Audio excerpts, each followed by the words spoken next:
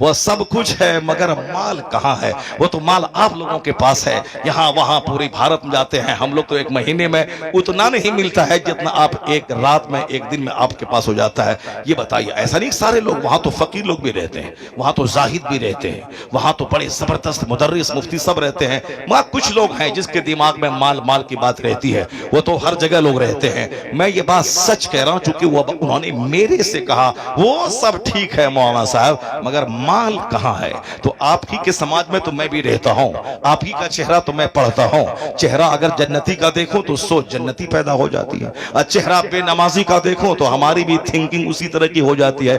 اسی لیے کہا گیا الرجل علی دین خلیلی فلینظر احدکم من یخالل، حدیث میں آیا ہے کہ ہر آدمی اپنے دوست کے دین پہ رہتا ہے، اس لیے دیکھ لے کہ تو دوستی کس سے کر رہا ہے۔ سو واچ whom you befriend، دیکھو تو کس سے دوستی کر رہا ہے، کس سے تو فرینڈشپ تو بنا رہا ہے، اپنے دوست کا سرکل تیرا کیسا ہے۔ آدمی اپنے دوست کے دین پہ ہوتا ہے۔ A man lives on the religion of his friend، آدمی اپنے دوست کے دین پر رہتا ہے، جو کہ اگر گہری دوستی ہوئی تو وہ بندہ کچھ بھی غلط کرے یہ اس کو سچ ماننے کو تیار ہوتا ہے۔ بے شمار لوگ بے ایمان ہو گئے اس لیے ان کے دوست کا سرکل مشرکین کا تھا، وہ ان کو اچھا کہنے لگے، ان کی طرف جھک گئے۔ پہلے تو اچھا نہیں بولتا ہے، پہلے تو مسکراتا ہے، پھر اس کے بعد دھیرے دھیرے ان کے ساتھ مل کے کھاتا ہے، پھر دھیرے دھیرے جب محبت پختہ ہوگی اس کے مذہب کو بھی برا کہنا چھوڑ دیتا ہے، پھر دھیرے دھیرے اپنے مذہب کو غلط سمجھ کر کفر اختیار کر لیتا ہے۔ اس لیے حضور نے کہا الرجل علی دین خلیلی، آدمی اپنے دوست کے دین پر ہوتا ہے، اس لیے دیکھ لے آدمی کے دوستی کس سے کر رہا ہے۔ غوث اعظم کے پاس شکایت کرنے والا ہے میرے گھر میں برکت نہیں ہے، آپ نے کیا کہا جاؤ دروازے پہ پردہ لگا دو۔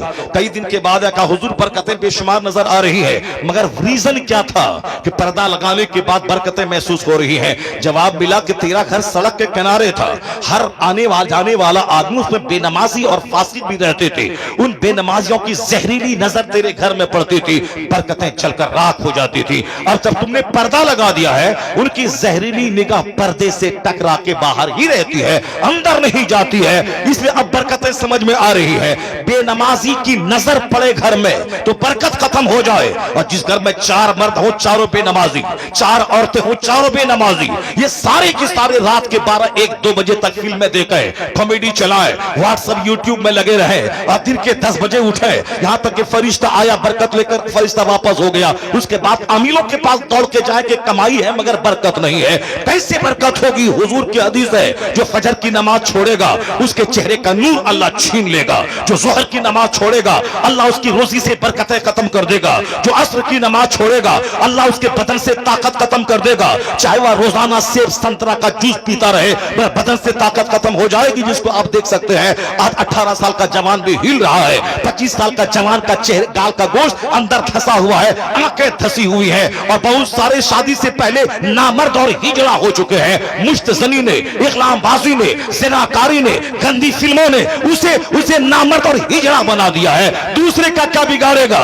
جو پبجی گیم کھیلتا ہو، جو گندے مناظر دیکھتا ہو، وہ تو دوسروں کا نقصان تو بعد میں کرے گا، وہ اپنی صحت کا نقصان کرتا ہے، وہ اپنی جوانی کو تباہ کرتا ہے، وہ اپنی مستقبل کو برباد کرتا ہے۔ اس لیے مولوی تیرا دشمن نہیں ہے جو تجھے ان باتوں سے روک کر تجھ سے دشمنی کر رہا ہے۔ مولوی سے بڑا شبھ چنتک دنیا میں کوئی نہیں ہے۔ دوسرے آدمی کو تو گالی دے وہ تجھ سے بدلہ لیتا ہے، دوسرے آدمی کو مارنے کی بات کر وہ تجھ سے بدلہ لیتا ہے، لیکن اس دھرتی پر ایک گروہ ہے مولانا کا، اگر تو بولتا ہے مسجد سے میں نکال دوں گا مگر یہ جمعہ کے خطاب میں یہ نہیں بولتا ہے جاؤ تو جہنم میں بے وضو نماز پڑھا دوں گا، یہ نہیں بولتا ہے، یہ کہتا ہے تیرے گلے میں جو سونے کا لاکٹ ہے یہ پہننا حرام ہے، یہ جہنم جانے کا ذریعہ ہے، یہ ہاتھ میں جو سونے کی چین ہے یہ پہننا حرام ہے، یہ جو تو ایک وقت کی نماز چھوڑنا حرام ہے، تو اسے بھگانے کی بات کر رہا ہے یا تیرے جنت لے جانے کی بات کر رہا ہے، تو اسے مارنے کی بات کر رہا ہے یہ تجھے حرام و حلال کی بات کر رہا ہے۔ پتہ یہ چلا اصل میں شبھ چنتک خیر خواہ جسے کہتے ہیں،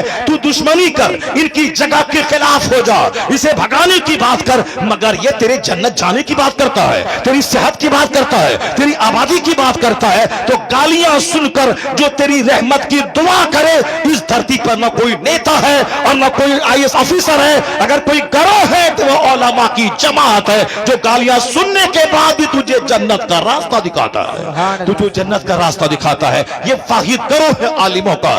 اس لیے خطاب میں کبھی کوئی تمہارے خلاف کوئی بات نہیں کرتا کہ تم چاہے جیسے کرو جاؤ جہنم میں، ہم کو اس سے کیا مطلب ہے، نماز چھوڑ دو چلے گا، روزہ چھوڑ دو چلے گا، ایسی باتیں کوئی نہیں کرتا ہے۔ وہ ہمیشہ ہماری بدنگاہ، ہماری بدعملی پہ سرزنش کرتا رہتا ہے، تنبیہ کرتا رہتا ہے، بدعملی کی تنقید کرتا رہتا ہے۔ تو میں آپ سے کہنا چاہتا ہوں کہ آج ان علماء کی قدر کم ہو گئی، اس لیے دنیا کی ہوس ہمارے دل دماغ میں زیادہ ہو گئی۔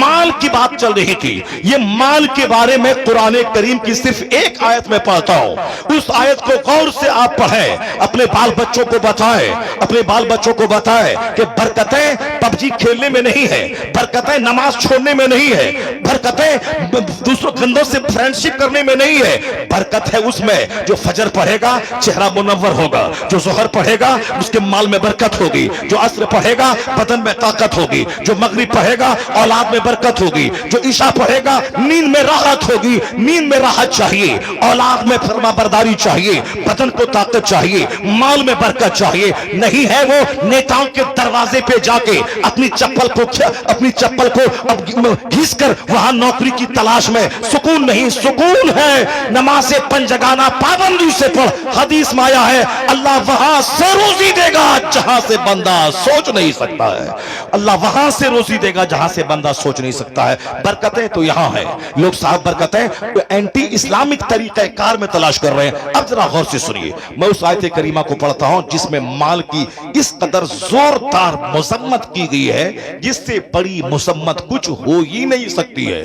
اس آیت کریمہ کو میں پڑھتا ہوں جو چونکہ ہمارے نزدیک مکان بہت بڑی چیز ہے، ہمارے نزدیک گاڑی بہت بڑی چیز ہے۔ اب ذرا غور سے سنیے اللہ کیا کہتا ہے، وَلَوْلَا أَن يَكُونَ النَّاسُ أُمَّةً وَاحِدَةً لَجَعَلْنَا لِمَن يَكْفُرُ بِالرَّحْمَنِ وَلِبُيُوتِهِمْ سُقُفًا مِّن فِضَّةٍ۔ اس کا معنی سنیے اللہ کیا کہتا ہے۔ مال بہت بڑی چیز ہے، مال کے لیے ہی نماز چھوڑنا ہے، مال کے لیے ہی مدرسے میں نہیں پڑھنا ہے۔ مدرسے میں پڑھنے والا جنتی، مدرسے میں جو پڑھتا ہے من سلک فی طلب العلم، جو علم کی طلب میں راستہ طے کرتا ہے وہ جنت کا مسافر ہوتا ہے، اللہ اس کو جنت کی طرف لے جاتا ہے، اللہ اس کے گناہوں کو جھاڑ دیتا ہے۔ ایک چیپٹر صرف حدیث قرآن اور دنیات کا صبح فجر کے بعد پڑھے اور کوئی دوسرا آدمی 1000 رکعت نماز نفل پڑھے، حدیث میں آیا ہے خیر من الف رکعت۔ جس نے فجر کی نماز پڑھی اور پھر دین کا ایک چیپٹر پڑھ لیا، بہار شریعت کا، قانون شریعت کا، نور العزہ کا، قدوری کا، شرع وقایہ کا، ہدایہ کا، اردو میں انوار شریعت کا، نماز روزے حج و زکات کے قوانین کا ایک چیپٹر پڑھ لیا، من صلی صلاۃ الفجر ثم قرأ بابا من العلم، علم کا ایک چیپٹر پڑھ لیا، آیا ہے خیر من الف رکعت، 1000 رکعت نماز نفل پڑھنے سے یہ کام بہتر ہے۔ اور رات کے بارے میں آیا ہے تدارس العلم ساعۃ من اللیل خیر من احیائها، رات میں تھوڑی دیر علم سکھا دینا جیسے میں سکھا رہا ہوں اور آپ جیسے سیکھ رہے ہیں، اس محفل کے بارے میں آیا ہے تھوڑی دیر علم سکھا دینا، سیکھ لینا رات بھر نفل عبادت کرنے سے بہتر ہے۔ ایک بندہ اپنے گھر میں 1000 رکعت نماز نفل پڑھے، ایک بندہ عالم کے پاس بیٹھ کر قرآن حدیث کا ایک چیپٹر پڑھ لے، یہ پڑھنا پوری رات جاگ کر 1000 رکعت نماز نفل پڑھنے سے بہتر ہے، چونکہ علم میں سے ہی یقین پختہ ہوتا ہے، ورنہ کم اللہ ہے کہ نہیں ہے، جنت ہے کہ نہیں ہے، قیامت ہوگی کہ نہیں ہوگی، ایسے ہی مولانا صاحب لوگ بول رہے ہیں، اگر بولیں گے تو لوگ منہ نوچے گا، نکاح ٹوٹ جائے گا، بیوی نکاح سے نکل جائے گی، اگر بولا کہ قیامت ہوگی کہ کون دیکھا ہے، وہ مولانا صاحب بولیں گے کافر ہو گیا، کافر ہوا تو بیوی نکل گئی پھر دوبارہ اسے صحبت کرے گا، اجنبی عورت کی طرح بچے پیدا ہوں گے، ولد الزنا ولد الحرام۔ ہزاروں لوگ ہیں جو اس طرح کی کیفیت میں جی رہے ہیں، طلاق دے دیا غصے میں، بولا مولانا صاحب کے پاس جائیں گے بولے گا حلالہ کرو، اب حلالہ کرنے کے دوسرے سے نکاح کرنا ہوگا، پھر عدت گزرے گی، پھر یہ نکاح کرے گا، کون بے عزتی جھیلے گا، بولو ہم نے نہیں دیا ہے طلاق، معاذ اللہ، جھوٹ بولا دنیا کے لوگوں کا، جب تم نے انکار کیا ہے، عند اللہ اللہ کے نزدیک تو طلاق ہو گئی، وہ بیوی اس کی اجنبی ہو گئی، اب جب اس سے ملے گا زنا خالص، اب جب بچے پیدا ہوں گے ولد الزنا، اور بزرگوں نے کہا ہے اخیر زمانے میں جب مسجدوں کا احترام ختم ہو جائے، مدرسے کا احترام لٹ جائے، اپنے بڑوں کی عزت ختم ہو جائے، عالموں کا اپمان ہونے لگے، ماں باپ کی بے حرمتی ہونے لگے، نافرمانی ہونے لگے، سمجھ جانا کہ ناجائز بچوں کی تعداد میں اضافہ ہو گیا، چونکہ بے حیائی ظلم ہے۔ الحیاء من الایمان والایمان فی الجنہ، بخاری اور مسلم کی حدیث میں آیا ہے۔ البذاء من الجفا والجفاء فی النار، حدیث میں آیا ہے کہ حیا modesty comes from faith and iman is in paradise. A vulgarity comes from crudeness leads to hell. اللہ کے رسول کہتے ہیں حیا ایمان کی طرف سے آتا ہے، حیا ایمان سے ہے اور ایمان جنت لے جاتا ہے، اور بے حیائی ظلم ہے اور ظلم جہنم کی طرف لے جاتا ہے۔ بے حیائی گندی باتیں زبان سے بولنا، vulgarity مطلب صرف زنا کرنا ہی نہیں ہے، زنا کی باتیں بولنا، زنا کا چرچا کرنا، غیر عورتوں پہ تبصرہ کرنا، ان کے فزیکل پوسچر پہ تبصرہ کرنا، ان کی تصویروں پہ تبصرہ کرنا، مسکرا کے گندی باتیں اس طرح کی بولتے رہنا، یہاں تک کہ قیامت کی نشانی ہے آیا حدیث میں، کوئی رات میں اپنے گھر میں بیوی سے صحبت کرے گا اور دن میں آ کے دوسروں کے سامنے بیان کرے گا۔ اس طرح کی بے حیائیاں عام ہو گئی ہے، جو پردے کی چیز تھی اور جو چھپانے کی چیز تھی اس کو لوگ چھپا رہے ہیں۔ اگر کسی نے زنا کیا، یہ حرام ہے، گناہ کبیرہ ہے، جہنم جانے والا کام ہے، یہ کام ہے، مگر اللہ نے پردہ ڈال دیا، ان لوگوں نے نہیں جانا۔ لیکن اگر وہ دوسروں سے اس کا چرچا کیا کہ ہم نے ایسا کیا تھا، ہم نے لیٹر لکھا تھا، ہم نے ایک بات کیا تھا، پھر اس کے بعد وہ آ گئی تھی، ہم نے ایسا کیا تھا، یہ وہ گناہ جو گناہ پہ اللہ نے پردہ ڈال دیا، اس گناہ کو اگر بیان کر رہا ہے، یہ بیان کرنا بھی گناہ کبیرہ ہے، اور اللہ اس پر شدید عذاب نازل کرے گا کہ میں نے تو تیرے عیب پہ پردہ ڈال دیا تھا، مگر تو نے اپنے ہاتھوں سے اپنی عزت کو تار تار کر دیا۔ بے حیائی جہنم کی طرف لے جاتی ہے، یا بے حیائی نگاہوں کی، یا بے حیائی زبان۔ کیا ہوا جی؟ کیا بتائیے، اس چائے کے حلق کر رہی ہے۔ لا حول ولا قوة الا بالله دروشی پڑھی، اللہم صلی علی سیدنا مولانا محمد معدن الجود والکرم وآلہ وبارک وسلم۔ اس کے سر کا بال دیکھ لیجئے کیا ہے، وہ چائے پلانے کے لیے آ گیا ہے، سر کے بال جلسے میں آیا ہے، یہ ناٹنگی نہیں ہے، یہ سرکس نہیں ہے، یہ محفل نور ہے، یہ جنتی محفل ہے۔ یہاں سر پہ ٹوپیاں سجا کر احترام کے ساتھ بیٹھے تاکہ آج کا بیٹھنا اس کے لیے کامیاب ہو جائے، مگر کیا کرے، کس کی بات سنے؟ جب عالموں کا سمان رہتا ہے تو عالموں کے ایک جملے کی قدر ہوتی ہے، اور جب عالم کو ہی دل سے نکال کے پھینک دے، اب وہ قرآن سناتا رہے مگر لوگ اس کی بات نہیں سنتے ہیں۔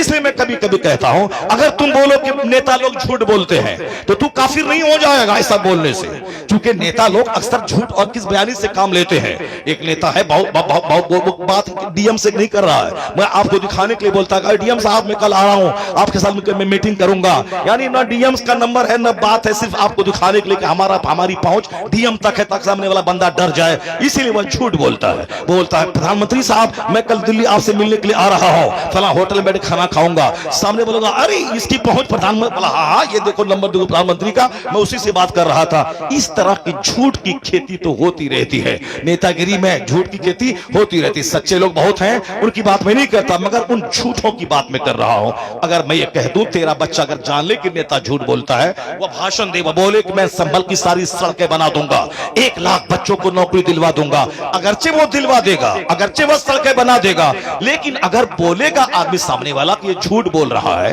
اگرچہ وہ سچ بول رہا ہے، یہ کافر نہیں ہوگا۔ لیکن اگر تم اپنے بچوں کے دماغ میں تم نے یہ بات ڈال دی کہ مولاناؤں کے چکر میں مت پڑنا، یہ لوگ صرف اپنے فائدے کے لیے یہ جھوٹ بولتے رہتے ہیں، اگر آپ نے بچوں کو بتا دیا کہ مولانا جھوٹ بولتا ہے تو کتنا بڑا نقصان ہے اس کا۔